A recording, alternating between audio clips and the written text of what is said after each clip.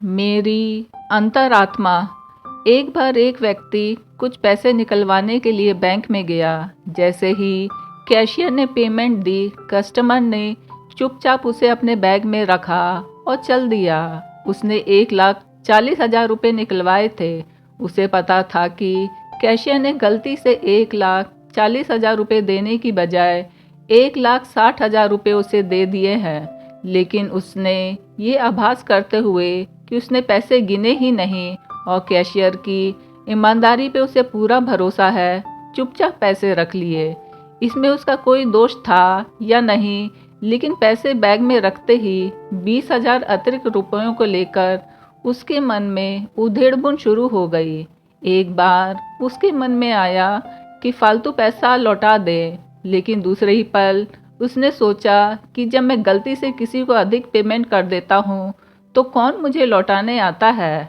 बार बार मन में आया कि पैसा लौटा दे, लेकिन हर बार दिमाग कोई ना कोई बहाना या कोई ना कोई वजह दे देता पैसा न लौटाने की।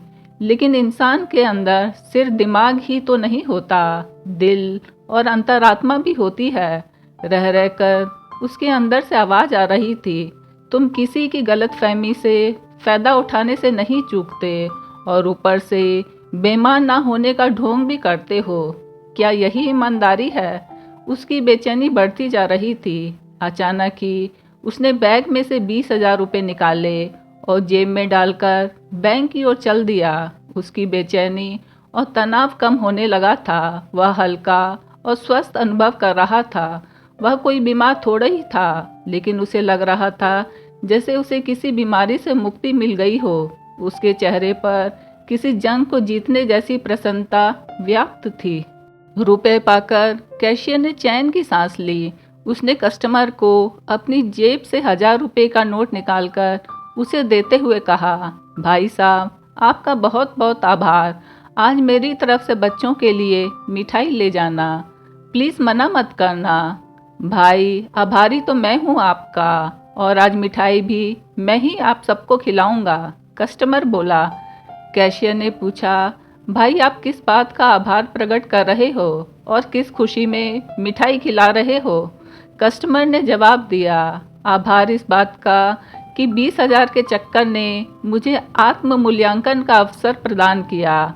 आपसे ये गलती ना होती, ना तो मैं द्वंद्व में फंसता, न ही उससे निकलकर अपनी लोभ प्रवृत्ति पे काबू पाता। यह बहुत मुश्किल काम था। घंटों के द्वंद्व के बाद ही मैं जीत पाया। इस दुर्लभ अवसर के लिए आपका आभार। मित्रों, कहाँ तो वो लोग हैं जो अपनी ईमानदारी का पुरस्कार और प्रशंसा पाने का अवसर नहीं चूकते, और कहाँ वो जो औरों को पुरस्कृत करते हैं। ईमानदारी का कोई पुरस्कार नहीं होता, अपितु ईमानदारी स्वयं में एक बहुत बड़ा पुरस्कार है। अपने लोभ पर काबू पाना कोई सामान्य बात नहीं है। ऐसे अवसर भी जीवन में सौभाग्य से ही मिलते हैं, अतः उन्हें गंवाना नहीं चाहिए, अपितु उनका उत्सव मनाना चाहिए।